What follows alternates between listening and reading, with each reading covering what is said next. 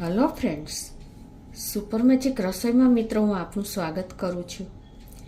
આજે હું તમારી સાથે ટ્રીક અને ટીપનો વિડીયો શેર કરું છું.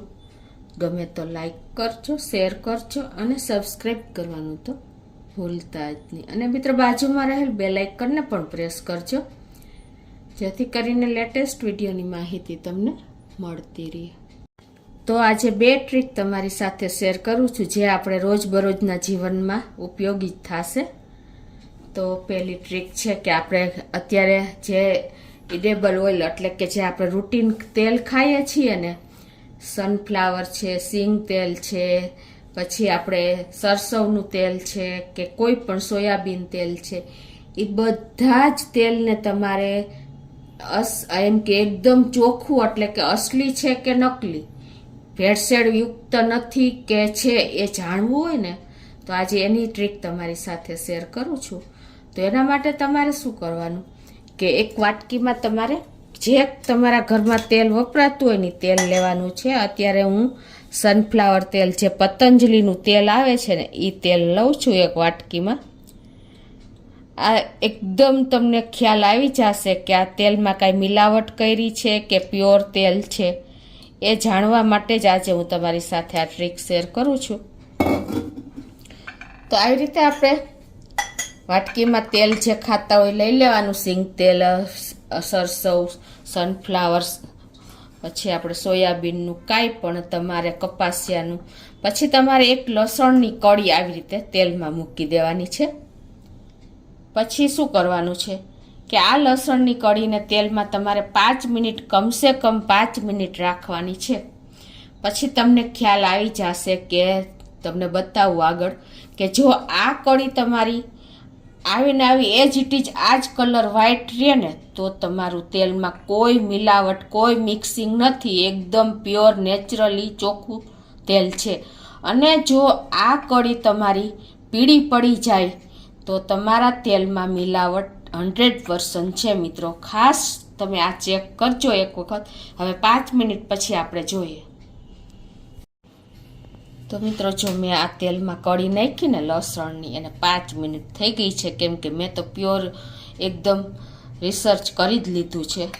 જુઓ, આ કળીનો કોઈ પણ કલર ચેન્જ થયો નથી, એટલે કે પીળો કલર આવ્યો નથી. તો મારું આ સનફ્લાવર તેલ, પતંજલિનું તેલ જે આવે છે ને, એ છે એકદમ પ્યોર નેચરલી મારું તેલ છે. મિત્રો જો કળીમાં કોઈ જાતનો કલર ચેન્જ નથી થયો કે નથી તેલમાં કોઈ જાતનું તમારું મિક્સિંગ લાગતું. એકદમ બે નીટ એન્ડ ક્લીન છે. તમને ખ્યાલ તો આવી જ જાતો હશે મિત્રો. તો આજે તમને મેં એક નેચરલી તેલ કયું છે ને એ જાણવા આપણે રોજબરોજ જે ઉપયોગી થાય છે ને, તેલનો ઉપયોગ આપણે સૌરાષ્ટ્ર પ્રવાસીઓ તો બહુ કરીએ છીએ, પણ જો મિક્સિંગવાળું તેલ ખાઈએ તો આપણા હેલ્થ માટે કેટલું ખરાબ છે એ આપણને પણ ખબર છે. પણ આપણી પાસે કોઈ ચોકસાઈ પુરાવો છે નહીં, તો એના માટે મેં તમારી સાથે આ ટ્રીક શેર કરી છે. હવે હું તમારી સાથે બીજી ટ્રીક શેર કરું છું. તો મિત્રો બીજી ટ્રીકમાં શું છે કે જો આપણે આ રીતે દરવાજા પાછળ કપડાં ટાંગી દઈએ છીએ ને આવી રીતે, તો એમાં બહુ ક્રીજ પડી જાય છે. અને આપણે ટાંગા શું કામ હોય છે કે બીજી વાર પહેરી શકીએ ને એટલા માટે ટાંગા હોય છે. તો એ પહેરવા જેવા જ નથી રહેતા, તો એકદમ ક્રીજ પડી જાય છે. પણ આજે હું કઈ રીતે ટાંગવાની એ તમને બતાવું છું. તો મિત્રો એમાં શું કરવાનું, તમારે આગળની જે 2 હૂક હોય ને એ બંધ કરી દેવાની. આ રીતે આગળથી હૂક બંધ કરીને અને પછી તમારે આ 2 જે આપણે પટ્ટા માટેના જે કવર હેન્ડલ હોય ને, એ બેને ભેગા કરી અને પછી તમારે આવી રીતે સરખી ઘડી કરી લેવાની પેન્ટની. જેવી રીતે આપણે ઇસ્ત્રી કરતા હોઈએ છીએ, આ રીતે આપણે ઇસ્ત્રી કરતા હોય એ રીતે ઘડી થઈ ગઈ છે, બરાબર. અને આ 2 આપણે જે આપણે બેલ્ટ લગાવીએ છીએ ને એના હૂક જે હોય છે ને, એને આવી રીતે ભેગા કરી દેવાના આગળની સાઈડ. એટલે આપણે એ જ રીતે ઘડી થઈ ગઈ. પછી આ હૂકને જ તમારે આવી રીતે લગાવી દેવાના છે. જુઓ મિત્રો, આ રીતે તમે હૂક લગાવશો ને એટલે એકદમ સરસ તમારી પેન્ટને ક્યારેય ક્રીજ નહીં પડે, અને આ રીતે તમારે એકદમ સરસ રહેશે. જો તો આ રીતે જો આપણે આગળથી 2 આપણે બેલ્ટ લગાવવાના નાકા હોય ને પેન્ટમાં, એ તમારે ભેગા કરીને આ રીતે તમે પેન્ટ લગાવશો ને તો ક્યારેય તમારા પેન્ટમાં ક્રીજ નહીં પડે, અને આવા એકદમ સરસ તમે ઇસ્ત્રી કર્યા હોય ને એવા જ રહેશે. જો છે ને, કે કોઈ જાતની રફ એન્ડ ટફ નહીં થાય, ક્રીજ નહીં પડે અને પોઝિશન સારી રહેશે. તમે ગમે ત્યારે પહેરવા હોય ને તો તમારે સારી કન્ડિશનમાં મળશે.